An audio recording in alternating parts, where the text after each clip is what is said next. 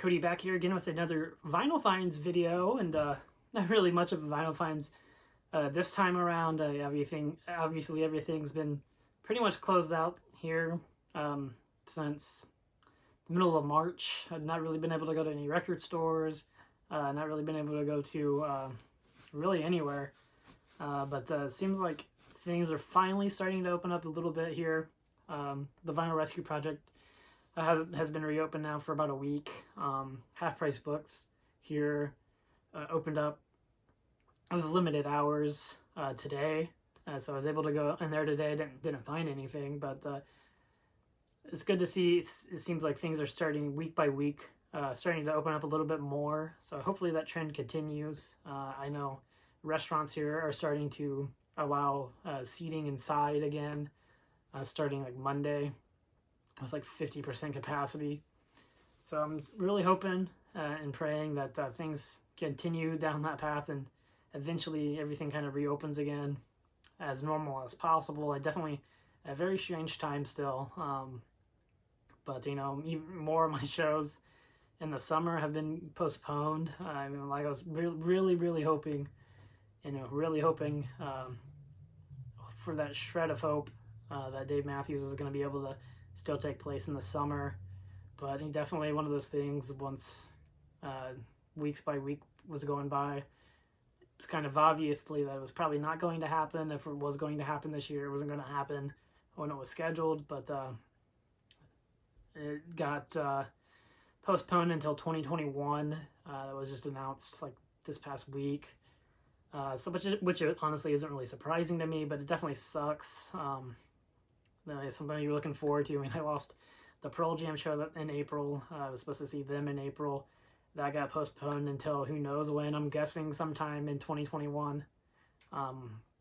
Smashing Pumpkins I was supposed to see like in the end of April. That got postponed. That has a new date of October 20th, and I'm really hoping that sticks and stays. But so far, I have that to look forward to in October. I was supposed to see, the 3 Dave Matthews shows, all postponed until 2021. Fish, I was supposed to see in August, postponed until 2021. And then I heard yesterday that I was supposed to see Alanis Morissette in July, along with Garbage and Liz Phair. That got postponed for sometime in 2021. And the only show I have left in the summer is actually Black Crowes, and that's supposed to take place like August 16th, I want to say.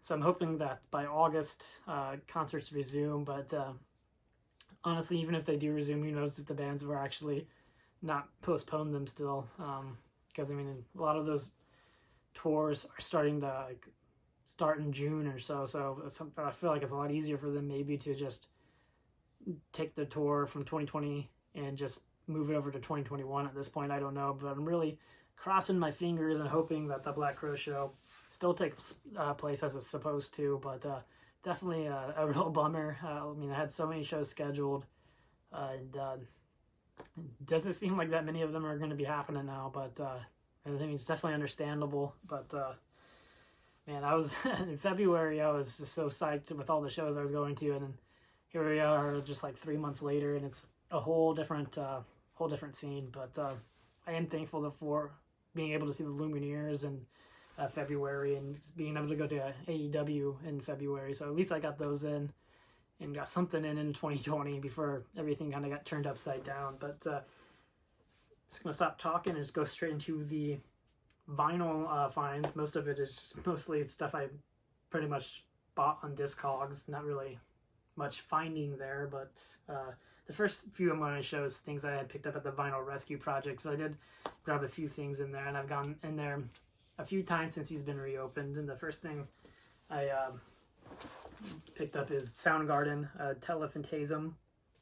I'm not sure if I even said that right, but he's had this here for a while. It's a part of the collection I've mentioned in the previous videos, which I don't know, honestly, if he's going to resume doing that or if it's going to happen at all anytime soon, but something that he had in there before all this stuff happened, and I was kind of on the fence of picking it up, but I kind of walk out empty-handed on the first day back to the record store, so I had to I had to pick this up, and honestly, I have so much Soundgarden stuff that I figured might as well add this to the Soundgarden collection. But it's just like a compilation, and it is numbered. I'm not sure, honestly, how many they made. It is numbered 185. But, decent set. It's got several albums, like DVD, like a 10-inch, and some CDs. I feel like the packaging is cool, but I kind of wish that the track listings were like on the back or inside. But pretty cool set. Kind of just a greatest hits of Soundgarden. There is some like BBC session stuff. I think there's a live song that they did on Saturday Night Live on here. But I think it's still kind of a cool collection of Soundgarden songs. A lot of it I probably already do have on something, but have it all in one set is pretty nice. And I also picked up Jethro Tull. This is actually their first album. I believe it's their first album, and this is the 1999 reissue from the Millennium Collection. I actually have a few of these 90s Jethro Tull reissues, and they all sound really, really good. So I figured I'd pick this one up in there. Some early. I don't know if I even had this one on the original one of this one. So pick that up as well. I really enjoy the Jethro Tull stuff from the 60s and 70s and even into the 80s. Some of the stuff after that I haven't really given much of a chance to, but definitely had to pick up a few things at the Vinyl Rescue Project. But that's literally the only thing that I had to show from any record store. The rest of the stuff is things I bought on Discogs. And this one actually is not one I got on Discogs. This one is a Kickstarter I had done. It's the Presidents of the United States first album. They did a Kickstarter for this a while back, and they started shipping them out. And I actually was kind of surprised that there wasn't really much of a major delay on them shipping this out still with all the coronavirus stuff going on. It still came maybe a couple weeks after they said the estimated time was, but I mean, it's understandable. There's a pandemic going on, but it is on this green swirly collared vinyl. And I was really stoked that they were doing a Kickstarter for this. Definitely jumped on it. I think it was $20 with $5 shipping, so it ended up being like $25 for the Kickstarter. And they also did have one where you could get like signed by the band, and it was, I want to say, like $45 or $50. And I just felt like I didn't really need the signed one, so I just got the standard unsigned album on that collared vinyl. But I'm really, really ecstatic. One of those albums I wanted to get on vinyl for a while, and I know they have original copies of it out there. Definitely kind of pricey if you can find it, but then the reissue suits me just fine. And it's got the Lump on here, Peaches, 2 songs. But, I mean, I feel like you still hear on the radio all the time, but this album from front to back is just a really just great album.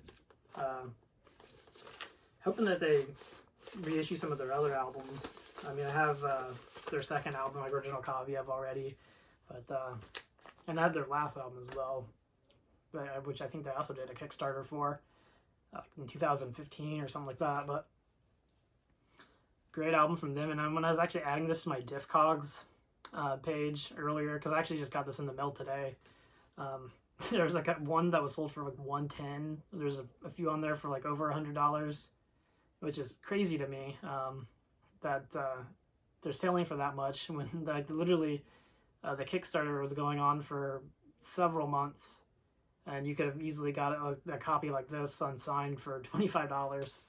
So kind of crazy to me that people would pay over $100 for at least one person has so far paid over $100 for it, because it looks like there's only been one sold so far on Discogs. But kind of amazing to me. If you really wanted to, you think that you would follow the band and see that they're doing a Kickstarter for it. But who am I to judge? But I did hear that they did say that in the fall they're going to reissue this, and you should be able to get it pretty much in any record store just on the black vinyl. But definitely glad I jumped on the collared version. And the rest of the stuff I'm going to show is things I've just all grabbed on Discogs. Definitely with record stores closed, I was getting things that I kind of wanted to listen to. And the first thing is Green Jello or Green Jelly. This is the Serial Killer soundtrack. This is an original copy from 1993. One of those albums I've wanted to get for a while. It was on my Discogs list for a while, and this is a UK copy.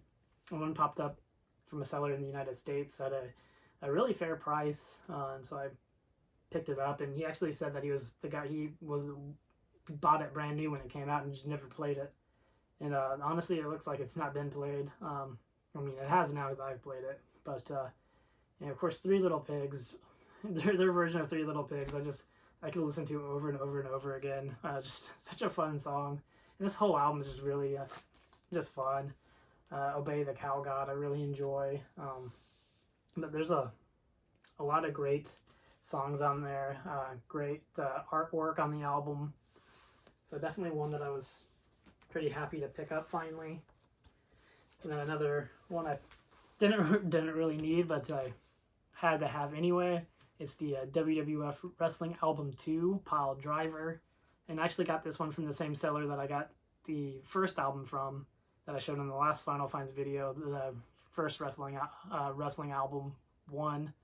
And I have like I said, I have the Record Store Day one that came out in like 2015. That's like a 2 LP set that has the first album and this album and like one set. But definitely had to get an original copy. And of course it was very inexpensive. Nothing too spectacular. There's just like a cheesy 80s wrestling album. If you're not a wrestling fan, you're probably not going to like this album, but if you are a wrestling fan, definitely one to have in the collection. Nothing too spectacular. And I also picked up Sean Lennon, Into the Sun, the original 1988 copy. I believe it's his first solo album, but a solid album from Sean Lennon. One album that I kind of wanted to pick up for a while, and just actually when I bought that Pile Driver album, the same seller had this album, and I think it was like $10. So I figured, I've wanted this for a while, might as well add it to the order, and have them just both shipped at the same time to save on shipping. Then I also picked up Screaming Trees, Buzz Factory, original 1989 copy. And this actually really annoys me that someone stuck a label on here. It's still in the shrink wrap. I will honestly probably be removing the shrink wrap just because of someone decided to stick a giant label on the front of it. But solid album from Screaming Trees. Screaming Trees is definitely a band that I would like to get all their albums at some point. So there's one to add to the Screaming Trees collection. And speaking of Screaming Trees, Mark Lanegan just came out with another album. It just came out yesterday, actually, and I've been trying to find that at record stores. And I actually called Luna, and they're only doing orders right now. I don't know when they're actually reopen their store, but they said they got one in and it was already sold. So I'm hoping to be able to track that down in the next couple of weeks. Because really, anything Mark Lanegan puts out to me is a must buy. And then I also picked up the Galaxy Blind Melon single. It's got Galaxy, St. Andrew's Fall, the demo of St. Andrew's Fall, the demo of Wilt, and a demo of 2x4. And it is on this red colored vinyl. Definitely saw that on there and had to add that to an order too, Blind Melon. And the last few things I'm going to show is honestly all Typo Negative. I've honestly been kind of on the Typo Negative kick, and kind of started with getting the reissue of World coming down, which I was pretty excited when they announced that the reissue was coming back, because I think the only other way you could get this album was in the box set, the big box set that has all the albums in it, which I honestly kind of wish that I would have bought when it came out, because that's something I honestly would not mind adding to the collection at some point. But it is on green vinyl. I think this was originally supposed to come out in December, and for whatever reason it was delayed and ended up coming out in March. But I definitely had to order a copy, and just a great album from Typo Negative. Originally came out in like 1999. But, you know, Everyone I Love Is Dead. It's a great song. Everything Dies. Another solid song from Type O Negative. And then that's what picked up their first album, which I think was a Record Store Day at some point. I don't really remember what Record Store Day it came out. And but this is just on black vinyl. It's their first album, Slow, Deep, and Hard. Definitely had to pick that one up. And then the last one I picked up is The Worst Of, Type O Negative. It was just a compilation album. It's got some alternative mixes of songs and some B-sides and stuff like that. But a really cool compilation album from Type O Negative, and it's just on black vinyl as well. But that's really all the stuff I have to show. I mean, not really too much. Didn't really want this video to be too overly long. I mean, I just haven't really been able to go to record store, so there's not like I'm doing really a whole lot of finding. It's more like clicking and adding to cart.